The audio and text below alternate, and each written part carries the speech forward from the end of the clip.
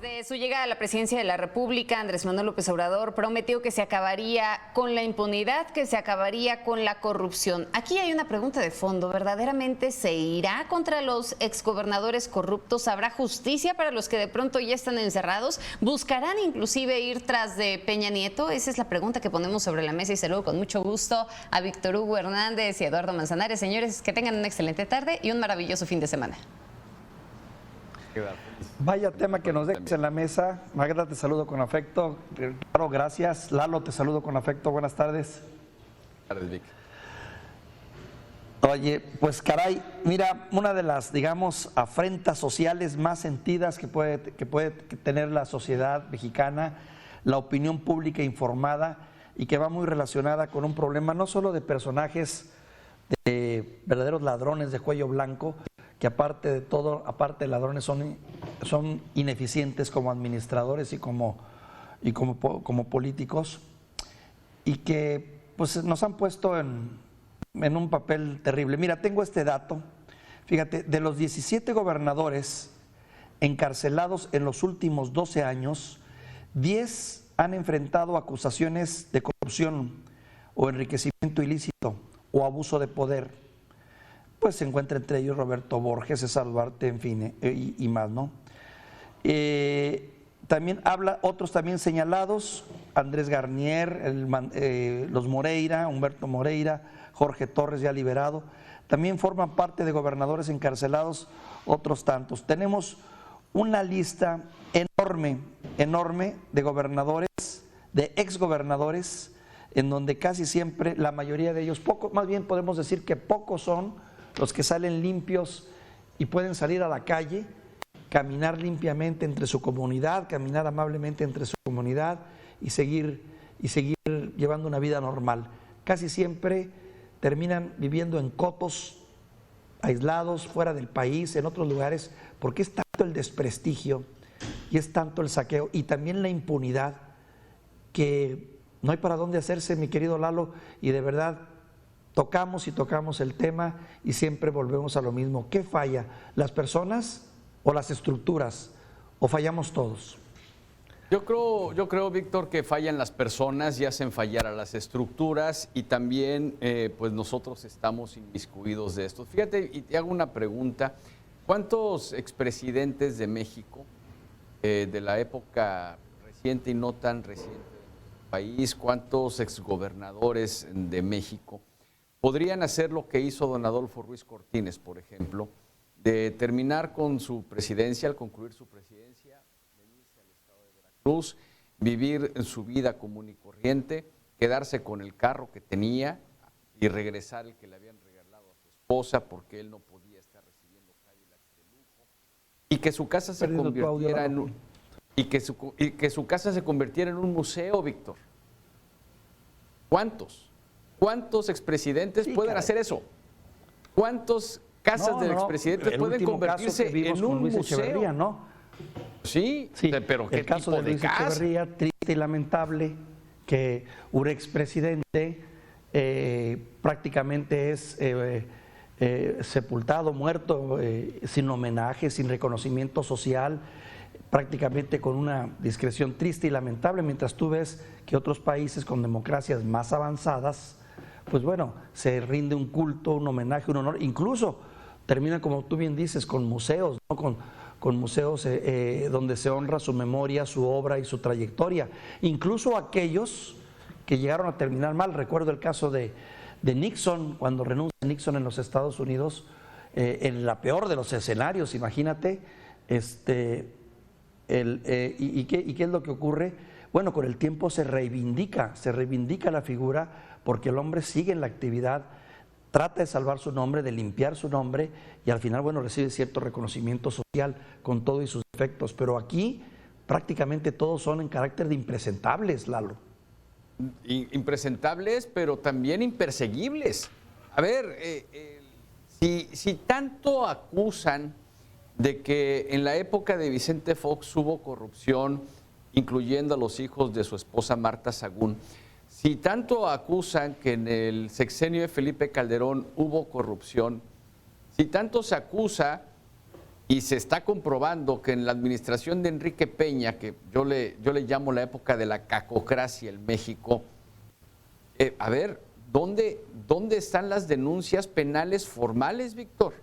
No se necesitan encuestas ni se necesitan consultas populistas, no son consultas populares, para ver si se enjuicia o no se enjuicia. La justicia no está a consulta popular. La justicia se aplica y punto. Y se llevan y se presentan ante un juez con las pruebas suficientes y necesarias para que se pueda procesar y que los mexicanos tengamos justicia, porque a final de cuentas todo lo que se roban es dinero que viene de nuestros bolsillos, es dinero que viene de nuestros impuestos.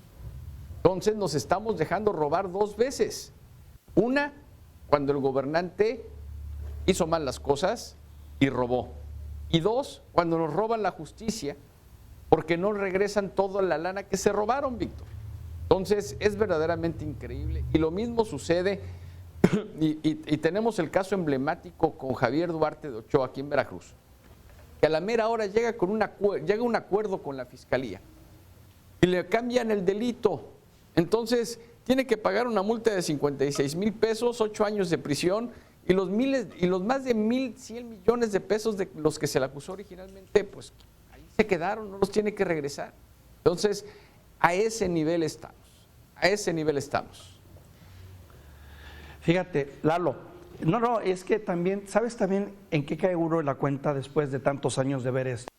Que también no solo son los personajes como tal, en donde se demuestra una falta de amor por México, una falta de carente total de valores éticos, de cariño por el país, de decisión, de entrega, y donde prevalece la voracidad y el abuso, ¿no? Y el primero yo y primero mi grupo político, y vamos a hacernos ricos, aprovechar ahora que estamos en el poder o lo tenemos, sino también que sea a lo largo de todos estos años se ha ido creando toda una infraestructura, toda una estructura que permite toda esta impunidad, porque descubres después que es muy difícil llamar a cuentas a un exgobernante, y mientras más alto es su nivel, más difícil poderlo sentar en el banquillo de los acusados, porque a lo largo del tiempo han ido cambiando las reglas del juego, las leyes, y se han ido protegiendo precisamente, haciendo que estos delitos fenezcan rápidamente, o simplemente, si son graves, no merezcan la cárcel, salvo la llamada de atención en todo caso, o en todo caso que te saquen fuera de la actividad. Pero es toda una estructura que se ha hecho y donde ha participado todos los poderes, incluyendo los congresos, que muchos de los congresos federales y estatales han votado por ese tipo de leyes que favorecen la corrupción y que favorecen que los gobernantes ladrones se vayan limpios, con mucho dinero, eso sí, pero queden sin culpa. Es toda una estructura que hay que desmontar, ¿no? Sí, a ver, Víctor, déjame, te comento, yo lo he dicho, tengo años diciéndolo, no hay político que se dé un balazo en el pie a menos de que se le escape el tiro. Entonces, entre ellos se protegen. Al aire se pueden pelear, se pueden sacar la lengua, pero van a las mismas fiestas, tienen las mismas amistades, asisten a las mismas bodas, se invitan entre ellos. Al final de cuentas, Víctor, es un poco más de lo mismo. Tenemos mucho trabajo por hacer nosotros, la sociedad civil, nos debemos organizar. Si hay un crimen organizado, ¿por qué no hay una sociedad organizada, Víctor? Fíjate, Lalo, sí, eso es lo que pasa. Como sociedad creo que tenemos la obligación de insistir y de demandar y de exigir que se llamen a cuentas, y también no aceptar gobiernos que nos ofrecen que van a castigar, entonces, y que cuando llegan pues entonces es la señal allá, porque aquí, vaya, no. Puro circo, ¿no? Puro circo. O sea, a final de cuentas, lo que nos encontramos es que se hacen tinglados, se hacen espectáculos, estaba yo viendo las imágenes de cuando fuimos a votar por si se llamaba cuentas o no a los expresidentes. La mayoría de los mexicanos votó que sí, que quería que se llamaran a cuentas. Pero como había un truco legal, una figura ahí legaloide que decía que necesitabas tal cantidad de personas para que fuera vinculante, pues bueno, ahí venía la trampa, y como no fueron tantos, pues la decisión fue, pues sí, la mayoría de los mexicanos quienes votaron quieren que se llame a cuentas a estos exgobernantes. Pero como no resultó vinculatorio, como no resultó la mayoría que se esperaba, no los podemos llamar a cuentas y todo acabado. O como ocurrió también en Coahuila, donde te debo decir, a Humberto Moreira se le señala de prácticamente un saqueo del Estado y de una malversación de fondos. Pero explica el presidente, como ya lo absolvió, o como el partido en ese entonces opositor utilizó eso como campaña política, pues ya no tiene caso usarlo ni seguirlo, como si no se hubiera dado el delito, ¿no? O el asunto de la Casa Blanca, de Peña Nieto, y tantas otras historias más, caray. Bien, Lalo, pues bueno, un poquito excitada la comunicación, pero ya tuvimos la oportunidad de tener algún intercambio de opiniones. Te mando un saludo afectuoso. Gracias, Víctor. Igualmente vamos a mantener la atención en las causas. Gracias, Víctor.